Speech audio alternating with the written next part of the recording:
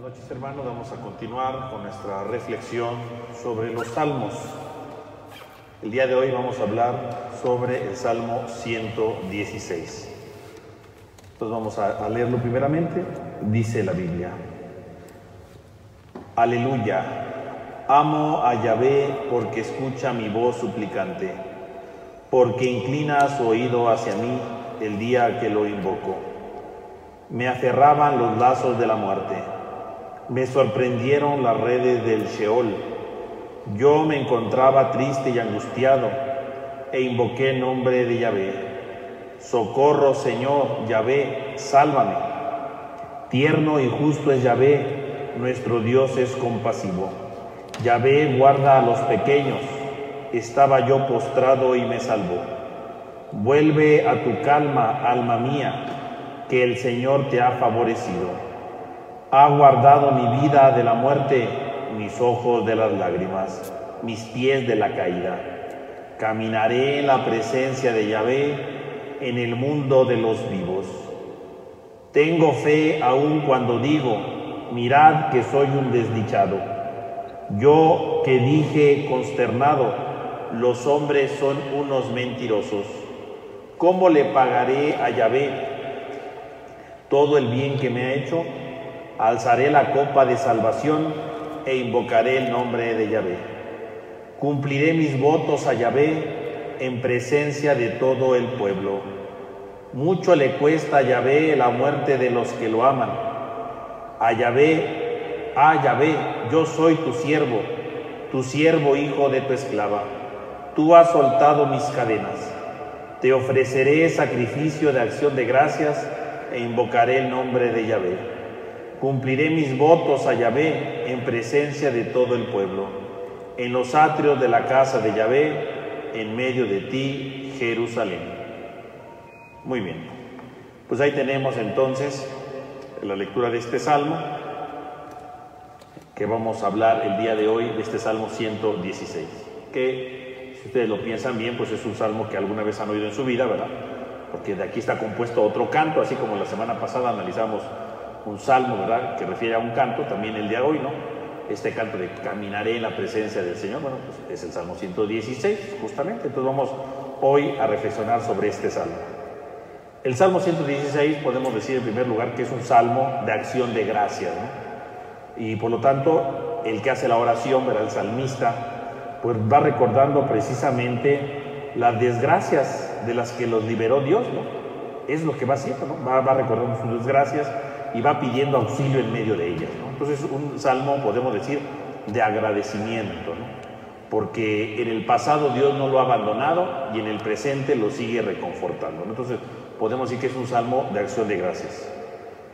Acción de gracias que, por supuesto, va acompañada, por lo que se puede ver aquí, como con un rito litúrgico. Entonces, quiere decir que es un salmo que se recitaba en el templo, veré que podría tal vez acompañado por un rito litúrgico. Por ejemplo, habla de la copa de salvación, que podría referir precisamente a una especie de rito, como vamos a explicar ahorita.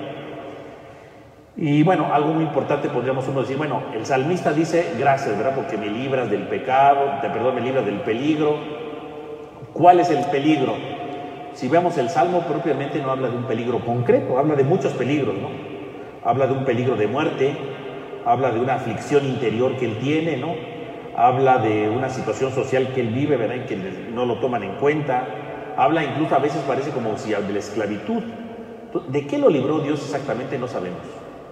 Por lo tanto, el Salmo hace referencia entonces a diferentes situaciones de la vida, haciendo ver entonces precisamente que son situaciones típicas. Entonces, cuando alguien recita este Salmo, puede aplicarla a cualquier situación. Entonces, si alguien se está muriendo, ¿verdad?, porque está enfermo, bueno, pues puede aplicar este salmo. Si alguien, ¿verdad?, está siendo marginado, ¿verdad?, pues puede rezar este salmo, ¿no? Si alguien tiene una tristeza interior por alguna situación que está pasando, puede rezar este salmo. Si alguien, bueno, en nuestro tiempo a lo mejor no tanto, pero si alguien se siente esclavo, ¿verdad?, puede rezar este salmo. Entonces, este salmo, entonces, sí, habla de un cierto peligro que vive, pero no se enfoca en un solo peligro, sino que habla de diferentes peligros. Por lo tanto, sería como un salmo que se puede recitar siempre que alguien se sienta acechado por algún peligro, ¿no? Lo puede aplicar a cualquiera, ¿no? Entonces, eso es lo que diríamos. ¿Cuándo se escribió? Pues no hay una fecha muy bien dada, ¿verdad?, de cuándo se pudo haber escrito este salmo. no parece ofrecer muchas dudas, ¿verdad? Algunas veces pareciera como que lo escriben antes del destierro de Babilonia, y otras veces, ¿verdad?, sobre todo por la parte final, pareciera que es después del destierro, ¿no? Porque quiere volver a ver la casa de Dios, como la reconstrucción, ¿no? Entonces no se sabe muy bien en realidad el tiempo en el que se escribió este salmo, pero seguramente sí era un salmo que se recitaba en el templo, ya sea antes o después del destierro de Babilonia, eso sí, ¿no? Entonces podríamos decir que en síntesis, pues, que es un salmo, ¿verdad?, de acción de gracias, ritual, comunitario, aunque si ustedes se dan cuenta es un salmo que sí es comunitario, ¿verdad?, porque invita a toda la comunidad a dar gracias, pero en realidad lo dice en primera persona siempre, ¿no? Amo al Señor, ¿verdad? Los lazos de la muerte me aferraban, ¿verdad? Tengo fe, o sea, siempre está en primera persona, ¿no?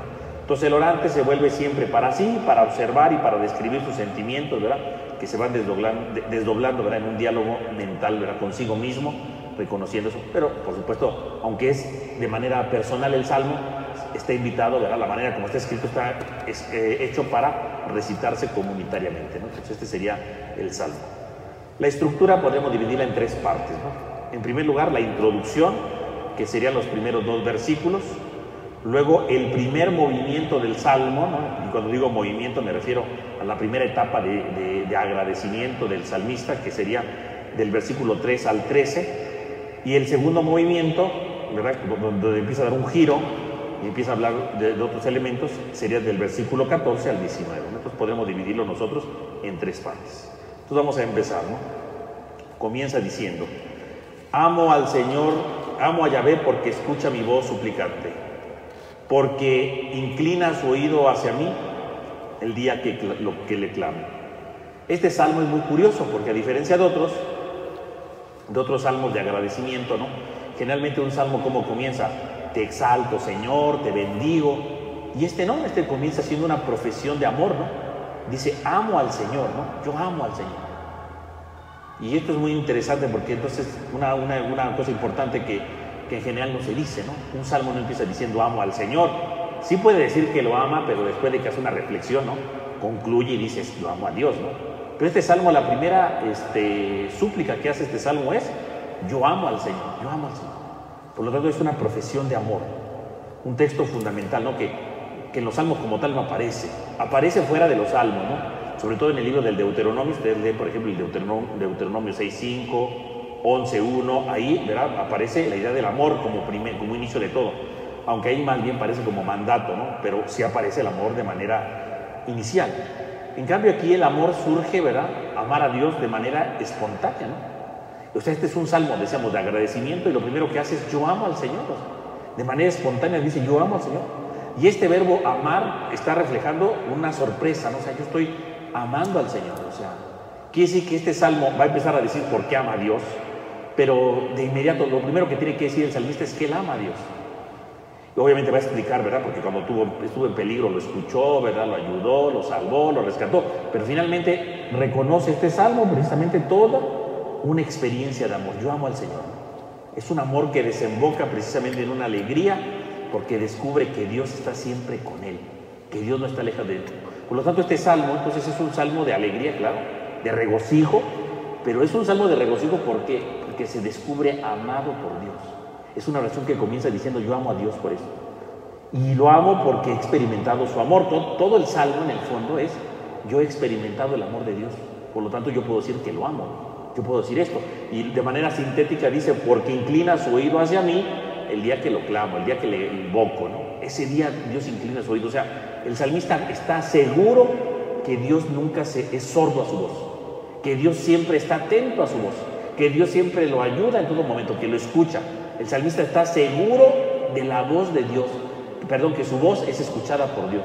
Dios nunca deja de escucharle. Dios nunca lo abandona, Dios nunca lo deja a la deriva, nunca. Y entonces cuando dice, yo sé que Dios siempre me escucha, pues yo lo único que puedo decir es, amo a Dios. Yo amo a Dios porque Dios nunca me va a dejar de escuchar. Yo amo a Dios porque Dios nunca me va a abandonar, nunca me va a dejar a mi suerte. Al contrario, yo siempre amo a Dios. Amo a Dios. Qué curioso, ¿no?, la oración. La pregunta de hoy en nuestra vida de oración sería, ¿y yo cuando hago oración puedo decir que amo a Dios? Yo cuando me levanto y quiero hacer una oración a Dios, podría comenzar diciendo, amo a Dios.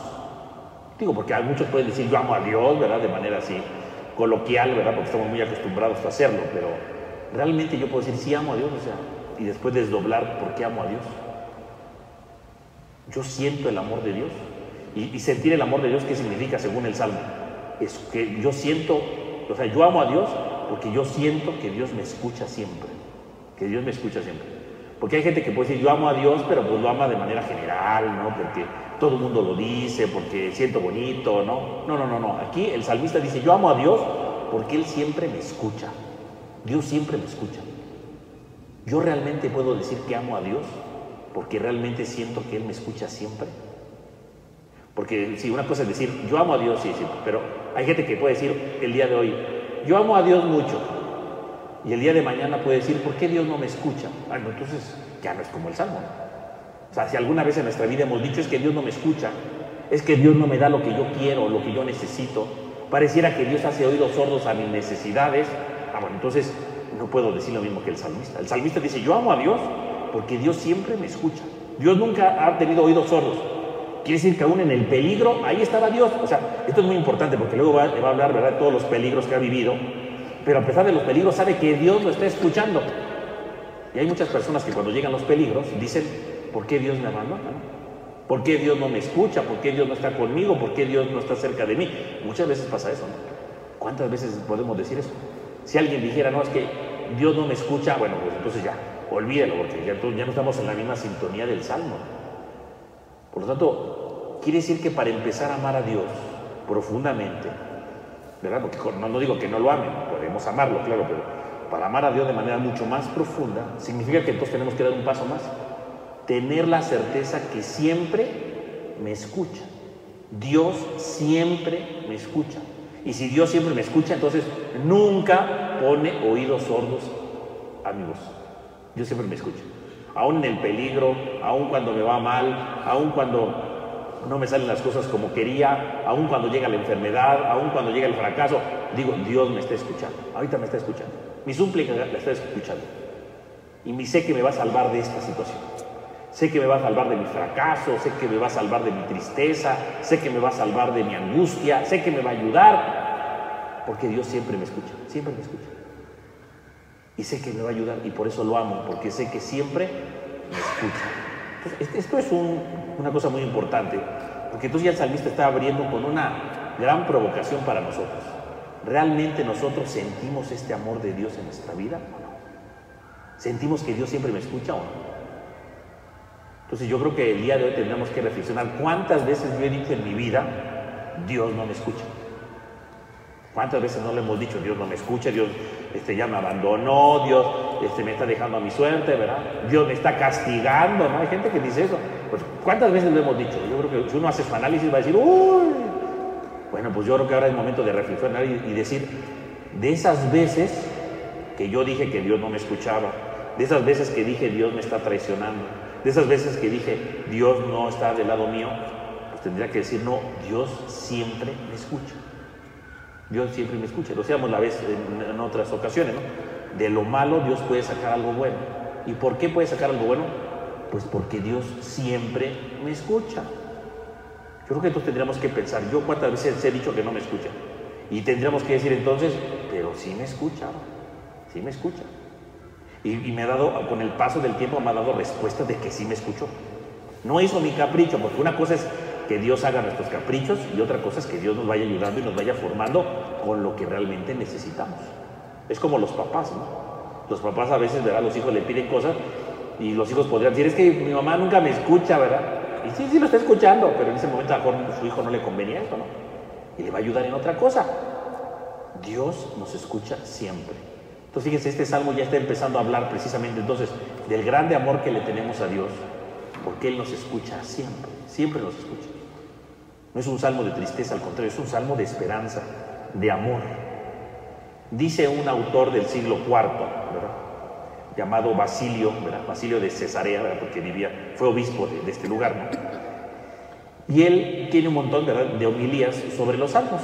Y él reflexiona este salmo y dice algo muy importante cuando habla del amor, ¿no? Dice el salmo, ¿no? Amé porque el Señor escuchará mi voz. Y entonces dice San Basilio, no todo el mundo puede decir amén, sino solamente aquel que ya es perfecto, que ha superado la esclavitud, el miedo a la esclavitud y ha nacido al espíritu de adopción filial. Este texto, este salmo, ¿verdad?, no indica a quien ama, ciertamente, de inicio, pero nos deja ver que se trata de Dios. En efecto, el amado por excelencia es Dios, puesto que lo definen como amado, aquello a los que todas las cosas aspiran. Dios es lo bueno y la primera y la más perfecta de las cosas buenas. Es a Dios mismo, por lo tanto, a quien yo amo, pues Él es el colmo de lo deseable y asumo con alegría los padecimientos por su causa. Fíjense entonces, ¿no? Como dice San Basilio, ¿no? ¿Por qué puedo decir que amé? Dice, solamente puede decir alguien que ama cuando ha superado, dice, el miedo a la esclavitud y ha nacido en él el espíritu de adopción filial. Fíjense, ¿quién puede decir que ama a Dios? El único que puede decir que ama a Dios es el que ha superado, ¿verdad?, el miedo a la esclavitud. ¿Cuál esclavitud? Pues la esclavitud del pecado, ¿no? La esclavitud de decir estoy abandonado, la esclavitud de decir estoy a la deriva, la esclavitud de decir estoy perdido, ¿no? Ese es el que puede decir que ama a Dios. Puedo decir que amo a Dios porque en realidad no hay ninguna otra esclavitud, ¿verdad? Rompo con todas las cadenas, rompo con toda la esclavitud, voy dirigido solamente al encuentro de Dios. Es Dios que le va a dar sentido a mi vida, es Dios que le va a dar sentido a mi historia, solamente Dios. Entonces rompo, ya no tengo miedo de nada. El salmista puede decir amo al Señor. ¿Por qué puede decir que ama a Dios? Dice, porque ha roto de todo la esclavitud, no tiene miedo a nada ya. Cuando alguien dice es que Dios no me escucha, tiene miedo, ¿no? Está siendo esclavo de algo, ¿no? Es que tengo deudas, ¿verdad? Está siendo esclavo de eso, de sus miedos, ¿no? Es que la enfermedad, el COVID, o yo qué sé, ¿verdad? Tenemos miedo. Pero cuando vencemos los miedos, yo puedo decir, dice San Basilio, puedo decir amo. Claro que amo, porque realmente veo la acción de Dios en mi vida. Porque sé, lo que decíamos ahorita, sé que me está escuchando. Y ya no dependo de otras cosas, dependo solo de Dios. Y cuando uno depende solo de Dios, la vida se transforma, ¿no? Solamente podemos decir amo cuando se ha superado el miedo a la esclavitud. Dice, y ha nacido al espíritu de adopción filial, o sea, cuando realmente nos sentimos hijos de Dios. Cuando de verdad digo, yo soy hijo de Dios. ¿Y por qué soy hijo de Dios? Porque sé que no me va a pasar nada, ¿no? Cuando alguien dice, es que tengo este problemón, ¿no? O sea, pero pues no lo puedo solucionar. No lo puedo solucionar yo.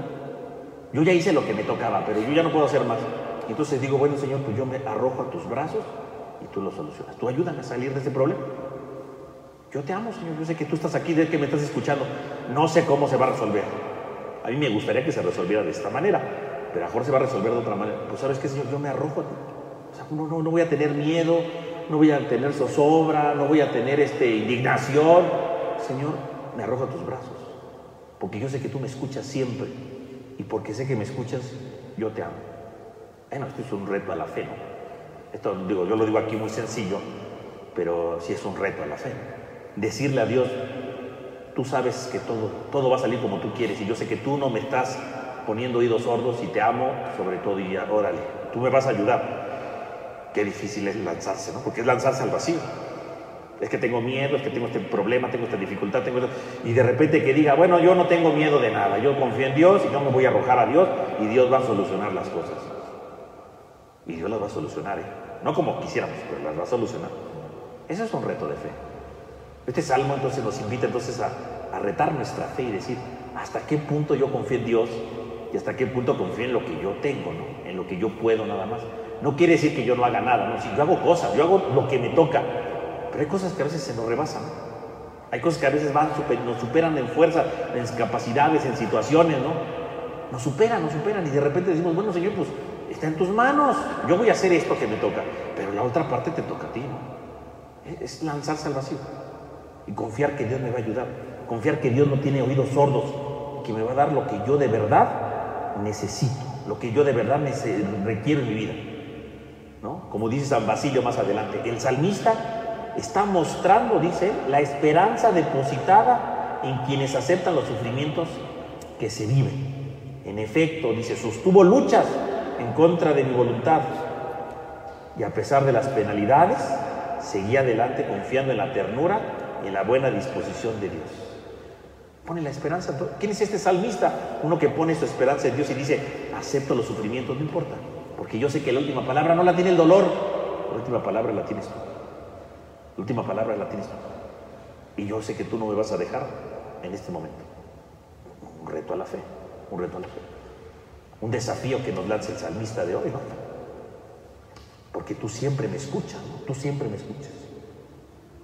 Y entonces va a explicar ahora cuáles son los peligros que ha enfrentado, ¿no? Cuáles son los peligros que ha enfrentado. Entonces viene el primer movimiento, ¿no? Que sería del versículo 3 al versículo 13. Este primer movimiento lo podríamos dividir en dos estrofas. La primera estrofa sería del versículo 3 al versículo 6. Y entonces dice, los lazos de la muerte me aferraban, me sorprendieron las redes del Sheol, en angustia y en tristeza me encontraba. Mira, entonces aquí está. ¿Qué ha vivido el salmista, no? O sea, yo amo a Dios porque siempre me escucha. ¿Y en dónde lo escuchó Dios?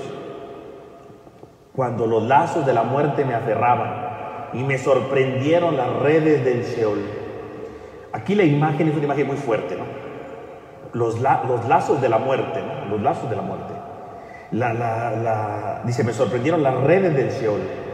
Aquí el símbolo que está usando, ¿verdad? Es un símbolo devastador, ¿no? Porque aquí la imagen de los lazos, no nada más se refiere, ¿verdad? Lazos como una cuerda, ¿no? Sino se refieren como lazos de alguien que va a cazar, ¿no? De alguien que va a cazar, que pone trampas, podríamos decir la trampa, ¿no? Los lazos de la muerte se refiere a las trampas de la muerte. ¿Cuál muerte habla? Pues no sabemos si muerte física por una enfermedad, muerte existencial, ¿no? Muerte por una preocupación, yo qué sé, ¿no? La muerte, todo lo que me destruye, todo lo que me quita la vida, ¿no? Y eso es la muerte, ¿no? La muerte es cuando alguien me quita la vida, no solo física, sino espiritual, ¿no? Cuando alguien pierde la paz, cuando alguien se siente desanimado, triste, deprimido, es la muerte. Dice, pues la muerte llegó con sus lazos y me aferraban. La imagen es muy fuerte, ¿no? Porque la imagen es como si yo estuviera caminando y de repente me agarra una trampa, ¿no? Y no me sueltan, y no me sueltan. Así como cuando alguien va, ¿verdad? Un animal, ¿verdad? Que está ahí y de repente pone una cuerda, ¿verdad? Para que caiga el animal, ¿no? Y entonces cae ahí en la cuerda y el animal queda atrapado, ¿no? Y el animal, por más que se mueve, no sale, ¿no? Esa es la imagen. Nada más que aquí no es una trampa de un cazador, aquí el cazador es la muerte. Yo estaba muy feliz y de repente vino una preocupación y me agarró y por más que me quise soltar, no podía. Esa preocupación me destruía, esa preocupación me humillaba, esa preocupación me acababa, esa preocupación me hacía pedazos. Por más que quería soltarme, esa preocupación me ganaba. O esa tristeza, ¿no? Porque hay gente que le gana la tristeza. Le pasó algo y se puso triste, se deprimió y de repente llega la muerte, ¿no? Como un lazo que te agarra y no te suelta, no te suelta. Y estás ahí colgando y te peleas y batallas y la tristeza te gana. Y te quita la vida, ¿no? Y te desesperas y te desanimas, ¿no? Ahí está, ¿no? La imagen es muy fuerte, ¿no? Los lazos de la muerte, o sea, es la muerte como una trampa mortal que te agarró y no te suelta. Ah, pues ahí cuando te agarró el lazo, el Señor me escuchó. ¿El Señor escuchó? Ahí cuando los lazos de la muerte, los lazos de la desesperación, los lazos de la tristeza, de la angustia, cuando parecía que todo estaba perdido, Dios me escuchaba. No es que yo estuviera ahí gritando en el vacío y diciendo, ay, me estoy aquí atrapado por la muerte. No, Dios me escuchaba. Cuando me sorprendieron las redes del Sheol, ¿no? Y ya hemos hablado del Sheol, ¿verdad? Ya habíamos explicado una vez, por si no recuerda, porque ya los conozco, que luego se les olvidan las cosas, ¿verdad? El Sheol, ¿verdad? El Sheol es el lugar de los muertos, ¿verdad? El lugar de los muertos. Es el lugar de los muertos. Entonces recuerden que está toda la creación aquí, ¿verdad? Aquí están las montañas, el agua, los árboles, todo, ¿no? Y según los judíos de aquel tiempo, ¿verdad? El Sheol era, ¿verdad? Había un pasadizo, ¿verdad? Entre las rocas que iban a un lugar que estaba abajo, ¿no? Esto es lo que llamaríamos el Sheol, ¿no? El lugar de los muertos. Aquí vivían los muertos, ¿no? Aquí están todos los muertos, ¿no? Y entonces, fíjense, el texto dice, ¿no? El texto dice, me sorprendieron las redes del Sheol. Entonces, ¿aquí qué significa la red del Sheol? Es como, la idea de las redes aquí es como si fuera un agua, ¿no? Como un torrente que sale de la muerte, ¿no? Y amenaza con ahogarme, ¿no? Entonces yo estoy aquí, muy tranquilo, y de repente viene un torrente, ¿no? Sí, imagínense que ustedes están muy tranquilos, caminando, y de repente se desborda no sé, un agua, ¿verdad? Un tinaco, ¿no? Y de repente raja, les cae todo el peso del agua. Ah, bueno, Aquí la idea es, no viene de arriba el agua, sino viene de abajo, ¿no? De repente las redes de la muerte, o sea, hay un torrente de muerte que llega, como un agua impetuosa, que viene y que me arrastra, ¿no? Y que me arrastra, así como alguien que cae en un río, ¿no? Y si el río va muy rápido, siento como el río me va arrastrando y por más que quiero, ¿verdad? La fuerza del río me va para allá. Ah, bueno, esa es la imagen, ¿no? De repente yo estoy ahí, de repente viene un río y me empieza a jalar. Pero no es cualquier río, es un río de muerte, porque es un río que viene del Sheol, ¿no? Las redes, ¿no? Dice las redes porque la idea cuál es, cuando alguien avienta una red, pues uno no sale de ella, ¿no? Entonces efectivamente es como alguien que me agarra, ¿verdad? Un torrente de muerte que agarra y que me va jalando. Y dice, estás perdido, estás acabado, ya no tienes respuesta, ya no tienes esperanza, estás muerto para siempre, ¿no? Viene el torrente del Sheol, el lugar de los muertos, y me jala, ¿verdad? Me va jalando para perderme, me va jalando para perder la esperanza, para perder mi vida, para no seguir adelante. Ahí están los torrentes de la muerte. Como un río, de repente llega, ¿verdad? Es una red que me agarra y no me suelta. Ah, pues ahí en ese momento, Dios me escuchó, en ese momento. Donde muchos podrían decir, Dios me abandonó, Dios me dejó que este río me arrastrara. No. Dios te está escuchando. Cuando los lazos de la muerte me aferraban, cuando me sorprendieron las redes, ¿verdad? Los torrentes del Sheol, estaba yo en tristeza y en angustia, porque todo esto que provoca, cuando llega la muerte, cuando llega el desánimo, todo esto, pues el hombre cae en tristeza y en angustia, ¿no? Pues, ¿qué le queda al hombre, no? Si tiene un problema, tiene una enfermedad, tiene una dificultad, pues lo único que pasa es que nos jala el Sheol, nos gana la muerte y caemos en tristeza y en angustia, ¿no? Caemos en tristeza y en angustia. Y entonces, dice el Salmo, ¿no? Invoqué el nombre del Señor. Señor Yahvé, salva mi vida, salva mi alma, ¿no? Salva mi vida. En ese momento supliqué a Dios, ¿no? Salva mi vida. Una oración sencilla. Fíjese que no es una oración compleja, ¿no? No le dice, Señor, tengo problemas. No, salva mi vida. Pues sí, cuando alguien lo va jalando un torrente, un río, ¿qué va a decir? Salva mi vida, ¿no? Cuando una trampa te agarra y no te deja salir, pues no le va a dar discursos, mira, Señor, que esta trampa como que me está incomodando. No. La oración es sencillita, salva mi vida. Y Dios escucha. Dios escucha. ¿Y por qué escucha? Dice, porque tierno es Yahvé, ¿no? Tierno, o clemente, se puede traducir como clemente también, ¿no? Clemente, ¿no? Es decir, clemente significa que está pronto a dar su gracia, ¿no? Que está pronto a demostrar su amor, que está pronto para acercarse con amor a los demás, ¿no? Es tierno, es clemente. Es justo y compasivo. Justo, Dios es fiel. Entonces Dios quiere acercarme su gracia, pero al mismo tiempo me quiere acercar su gracia. ¿Por qué? Porque Él es fiel. Dios nunca se echa para atrás. Dios nunca me traiciona. Los seres humanos traicionamos, ¿verdad? Fallamos. Dios no. Dios es fiel, justo. Y es, dice, compasivo, ¿no? O misericordioso, ¿no? O sea, la palabra aquí compasión significa, ¿verdad? Tener entrañas de amor como una mamá, ¿no? O sea, un amor materno total, ¿no? Un amor sin límites. Pues, ¿qué puede hacer Dios cuando ve la dificultad? Ser justo, fiel a sus cosas y salir con amor por el hombre. Porque Yahvé, si es tierno, si es justo y si es compasivo, dice, guarda a los pequeños, estando yo postrado, me salvó. El Señor protege, dice, a los sencillos, a los pequeños, no a los pequeños. Él tiene piedad. O sea, ¿quiénes son los pequeños? Los pequeños son los que no valen a los ojos de nadie, ¿no? A los ojos del mundo no valen, ¿no? Son los pequeños, ¿no? Son sencillos. Los pueden engañar, cualquier persona los puede engañar. Ah, ahí está Dios con ellos. Dios nunca los va a dejar, ¿eh? Estando yo postrado me salvó. El postrado significa derrotado, ¿no? Derrotado. Alguien que está postrado significa alguien que está derrotado, que ya no tiene esperanza, que ya no tiene solución su vida. Eso es postrado, ¿no? Cuando estaba postrado, me salvó, o sea, me dio la oportunidad de no rendirme, me volvió a dar esperanza, me volvió a dar fuerza, ¿no? Me estaba oprimiendo esta enfermedad, me estaba oprimiendo esta preocupación, me estaba oprimiendo esta dificultad. El Señor me levantó. Esa es la idea. Es una idea muy bella, ¿no? Y entonces vendría la segunda estrofa de este primer movimiento, ¿no? Que sería del versículo 7 al versículo 13, ¿no? Vuelve, alma mía, a tu reposo, porque Yahvé te ha hecho bien. Vuelve, alma mía, a tu reposo. Y aquí entonces habla del reposo. La palabra reposo, ¿verdad? En hebreo, quiere decir tranquilidad, ¿no? Es como cuando el Salmo 23, ¿no? El Señor es mi pastor, nada me falta, ¿no? Hacia aguas tranquilas o aguas de paz me conducen. Son las fuentes de tranquilidad, fuentes de paz, fuentes de armonía. Entonces, la idea es que Dios me lleva a la paz, a la armonía de mi vida. O sea, si cuando llegaron los lazos de la muerte, si cuando yo le pedí a Dios, porque Dios es justo, bueno, pues Dios me salvó. Y si Dios me salva, ¿a dónde me lleva? A la paz. Es que tenía un problemón, ¿verdad? Pues cuando yo confío que Dios me escucha, Dios te va a llevar a la tranquilidad, a la paz, a la armonía de tu vida. Él viene a eso, Él viene a transformarte. O sea, esa es la confianza del salmista. El salmista dice, estuve en peligro, estuve en el torrente de la muerte, en tantas cosas, estuve en tantas situaciones, pero mira, Señor, tú nunca me dejaste. Y no solamente eso, me llevas a la paz. El Salmo dice que Dios lo va a llevar a la paz, lo va a llevar a la armonía total, no lo va a dejar a su suerte, al contrario, Dios lo va a ayudar siempre.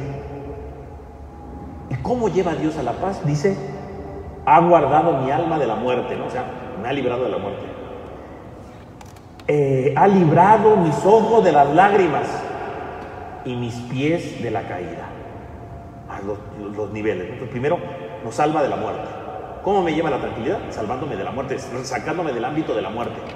Y cuando Dios me saca del ámbito de la muerte, no permite que mis ojos se llenen de lágrimas. Las lágrimas son un signo aquí del dolor, ¿no? ¿Cuándo salen las lágrimas? En general, alguien puede soltar lágrimas cuando se ríe, ¿no? Claro, ¿no? Pero según el contexto del Salmo no habla de eso, ¿no? Aquí las lágrimas se refieren del dolor, ¿no? Cuando alguien está triste, una dificultad, una desesperación, las lágrimas salen, ¿no? Entonces las lágrimas son el signo, aquí podría ser el signo del dolor. Librarme de los ojos de las lágrimas, ¿qué significa? Cuando yo confío en Dios, Él me quita las lágrimas, no físicas, ¿no? Las lágrimas espirituales. Ese dolor que siento, ¿no? Acuérdense que los ojos en la Biblia son la capacidad para juzgar las cosas, ¿no? Yo con los ojos juzgo, ¿no? Yo con los ojos entiendo la realidad. Pero si mis ojos se llenan de lágrimas, pues no entiendo la realidad, ¿no? Un ojo con lágrimas, pues no ve las cosas bien, ¿no? Cuando nosotros lloramos, ¿verdad? Y queremos ver, pues vemos borroso, ¿no? Porque estamos llenos de lágrimas, ¿no? Entonces, que los ojos se llenen de lágrimas quiere decir que soy incapaz de entender la realidad. Y claro, cuando llega la tristeza en tu vida, no te das cuenta de la realidad. Cuando tú te llenas de una preocupación, tus ojos se llenan espiritualmente hablando de lágrimas, porque no entiendes las cosas que pasan. Por eso decía San Juan Bosco, ¿no? Cuando tú estés en crisis, no tomes una decisión, ¿no? Porque tu decisión va a ser mala, tu decisión va a ser equivocada. Y ciertamente, ¿no? Bíblicamente sería eso. Cuando tus ojos estén llenos de lágrimas, no tomes una decisión, porque quién sabe para dónde vayas, ¿no? Porque si yo estoy lleno de lágrimas y voy a caminar, ¿para dónde vas a caminar? Pues a lo mejor te caes más, ¿no? Pues no ves, estás lleno de lágrimas. Los problemas llenan nuestra vida espiritual de lágrimas, llenan nuestros ojos espirituales de lágrimas, porque ya no entendemos la realidad. Las lágrimas desvirtúan, ¿verdad? La tristeza desvirtúa la realidad. La tristeza desvirtúa el sentido de nuestra vida. Entonces nos llenamos de lágrimas. Pero Dios, cuando yo sé que Dios me escucha, libra mis ojos de las lágrimas. Y yo sé que las libra de las lágrimas porque Él me quita esas lágrimas para que yo sepa por dónde caminar, para que yo sepa qué camino dirigir, para entender mi realidad, para no dejarme llevar por las lágrimas, por el dolor o por la tristeza, por la decepción, sino me dejo guiar por Dios nada más. Él me da el sentido de lo real, los ojos sin lágrimas. Y me libra el pie de la caída, ¿no? El pie de la caída, ¿qué significa? Un pie que no se tropieza, ¿no? Por lo tanto, un pie firme, un paso firme, ¿no? Cuando llega el miedo, ¿no? Cuando llegan las dificultades de la vida, pues entonces nos caemos, ¿no? Nos caemos, ¿verdad? Tropezamos, no somos libres, ¿no? Cuando vamos por la vida, ¿verdad? Con tristezas, con preocupaciones, nos tropezamos. Sí, porque una tristeza me lleva a otra cosa, ¿no? Una decepción me lleva a otra, o me lleva a lastimar a otras personas, o me lleva a herir a otras personas, ¿no? Entonces cuando dice, me protegió el pie de la caída, ¿qué significa? Que me ayudó a tener un paso firme, a no caerme más. Porque hay gente que, por ejemplo, está triste porque le fue mal, ¿no? Y entonces esa tristeza lo lleva a otras cosas, ¿no? Empieza a pensar otras cosas, o se peleó con tal persona porque llegó de mala, ¿no? Y empieza ahí un nudo de cosas. pues empieza a tropezar en la vida, ya no sabe caminar con pie firme, porque su misma tristeza, su mismo dolor, su misma preocupación, ¿qué hace? Que se siga cayendo, ¿no? Que se siga equivocando, que siga fallando. Pero yo cuando confío en Dios, me quita mis lágrimas, empiezo a entender la realidad. Y cuando yo empiezo a confiar en Dios, camino firmemente, no voy a tropezarme, no voy a hacer tonterías, porque es Dios el que me está llevando.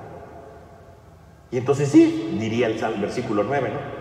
Caminaré en la presencia de Dios por la tierra de los vivos. Claro, si Él me quitó las lágrimas, si Él me dio vida, si Él me dio paso firme, pues ¿qué puedo decir ahora sí? Caminaré en la presencia del Señor, en la tierra de los vivos, caminaré, claro. ¿La tierra de los vivos qué significa?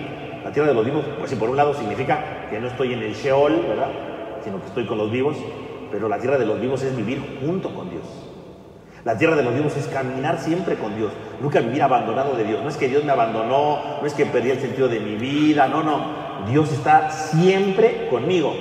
Ese es caminar en la tierra de los vivos, que siempre camino con Dios, que yo nunca me desespero, que yo nunca me desanimo, al contrario, siempre voy caminando en la presencia del Señor, siempre, siempre. Nunca me voy rindiendo, nunca me voy echando para atrás, al contrario, yo sigo siempre adelante, ¿no? Yo nunca me rindo, ¿no?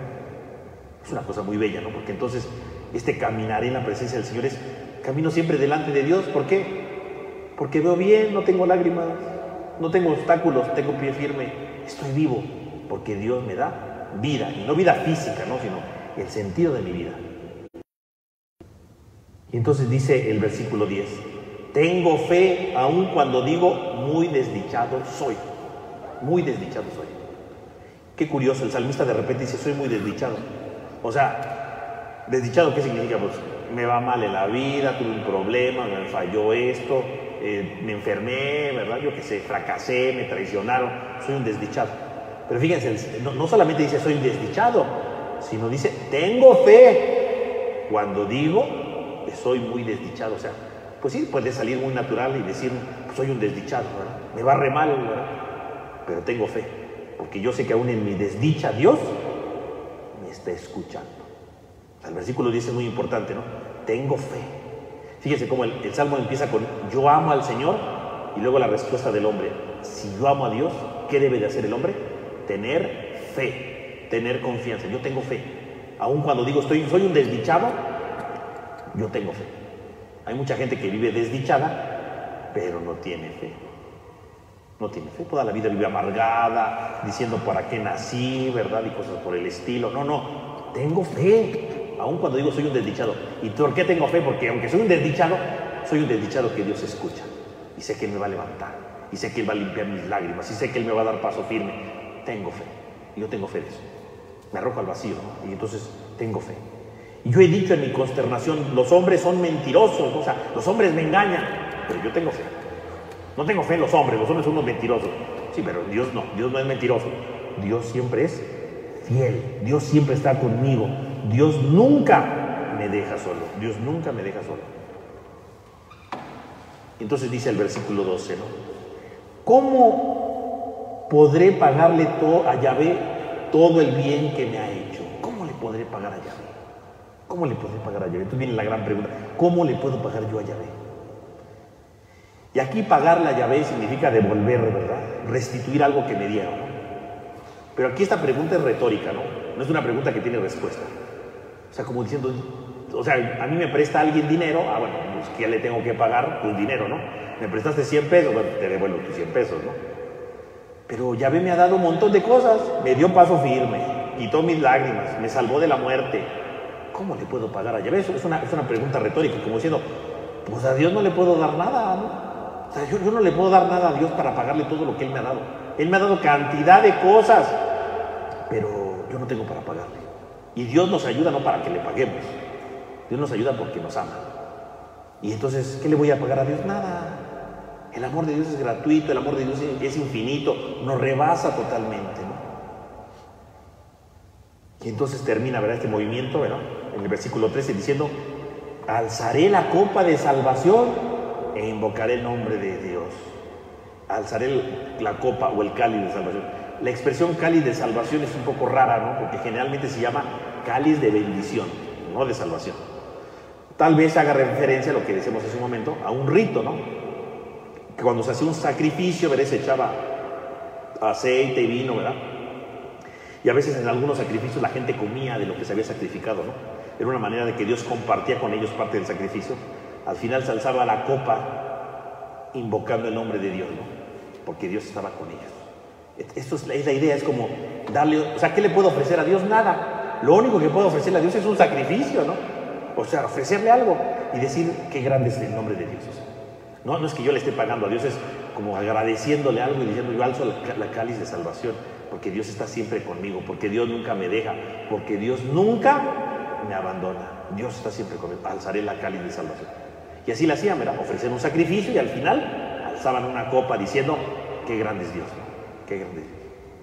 Pues también nosotros a lo mejor podríamos decir, pues yo no sé ni cómo pagarle a Dios, pero podemos alzarnos una copa física, ¿no? Así podemos alzar nuestra vida, nuestra dignidad, nuestro empeño y decir, qué grande es Dios en mi vida, qué grande es Dios. Y voy a alzar el cáliz de salvación, quiere decir, voy a alzar mi vida y decir, qué grande es Dios. Y voy a levantarme y no voy a derrotarme, qué grande es Dios. Y voy a salir adelante, y aunque me haya salido mal este plan, voy a seguir adelante con fuerza y con entusiasmo, voy a estar bien con todo, qué grande es Dios.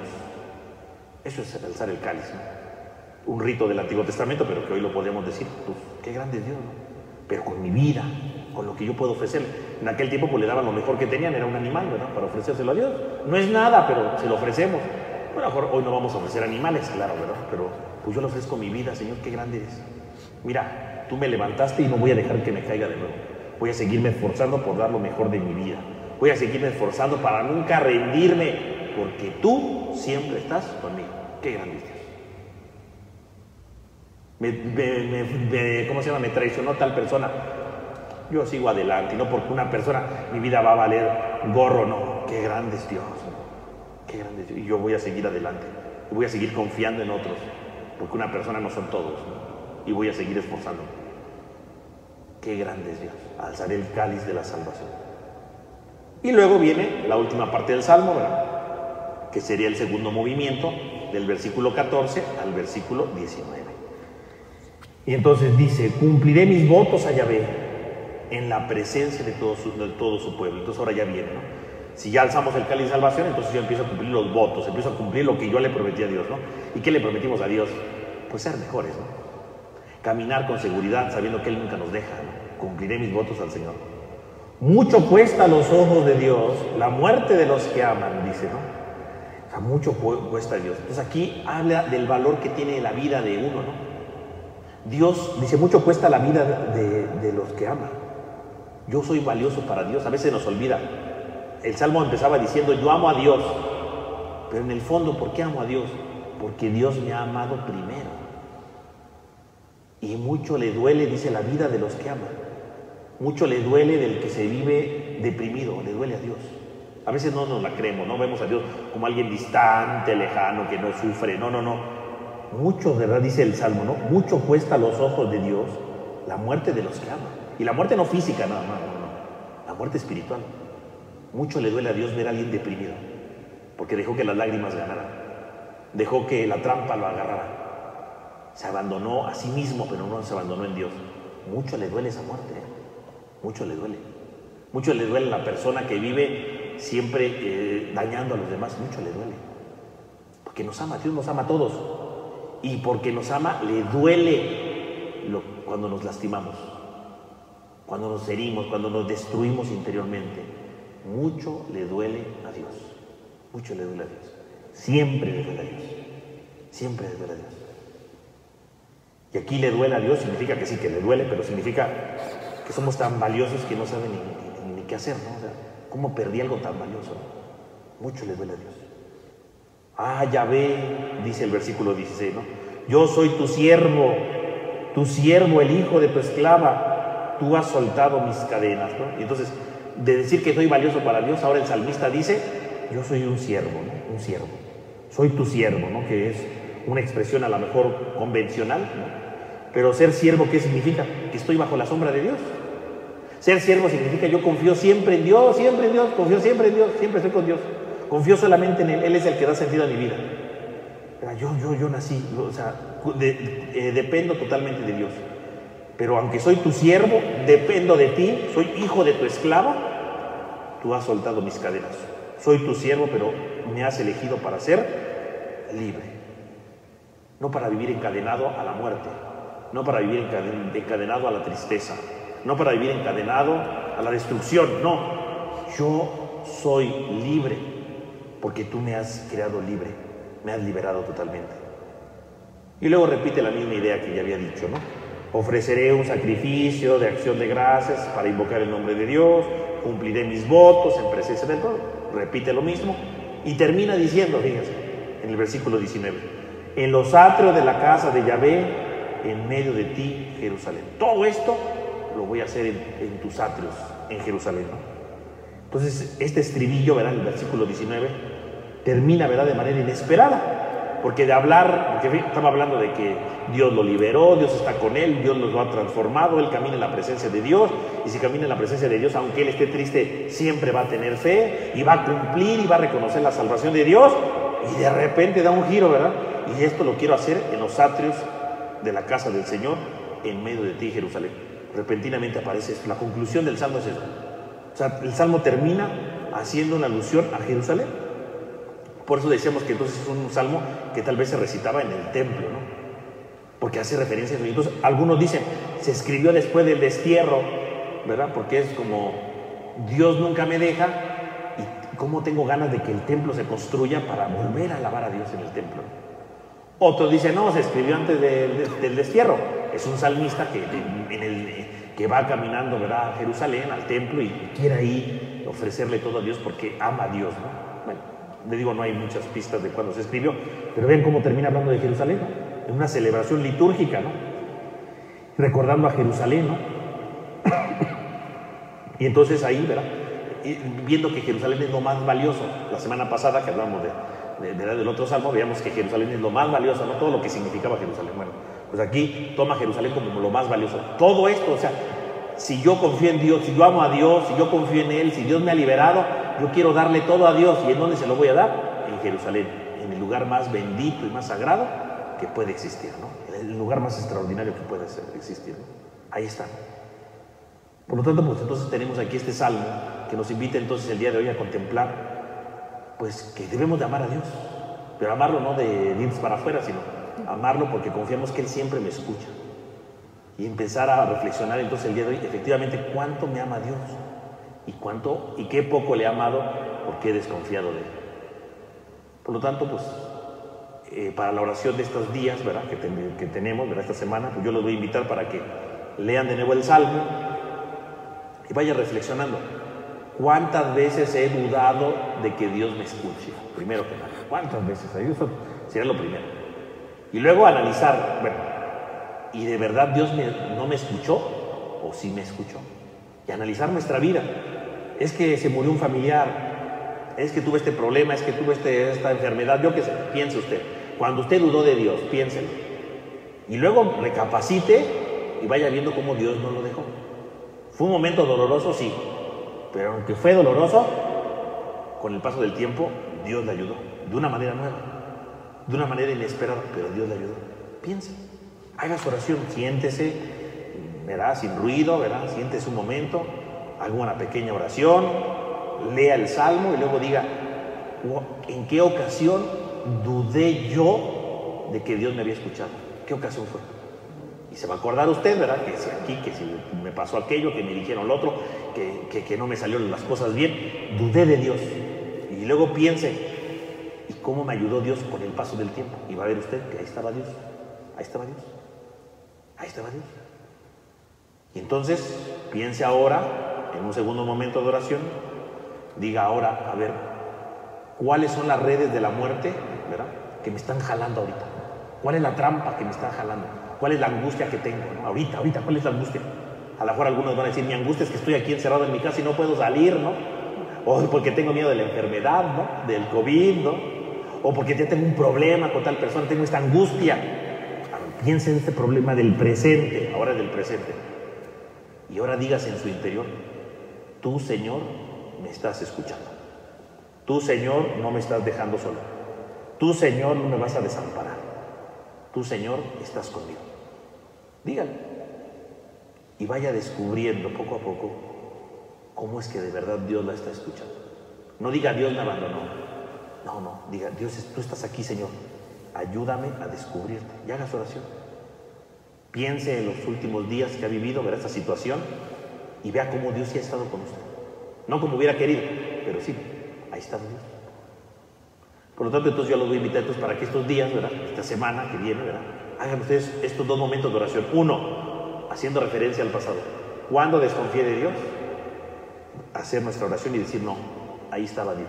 Sí estuvo Dios, sí estuvo. Y luego otro, en el presente. ¿Cuáles son las redes de la muerte que en el presente me están lastimando? Pero entonces hacer mi oración y decir, no, aquí estás tú. Y empiécelo a descubrir.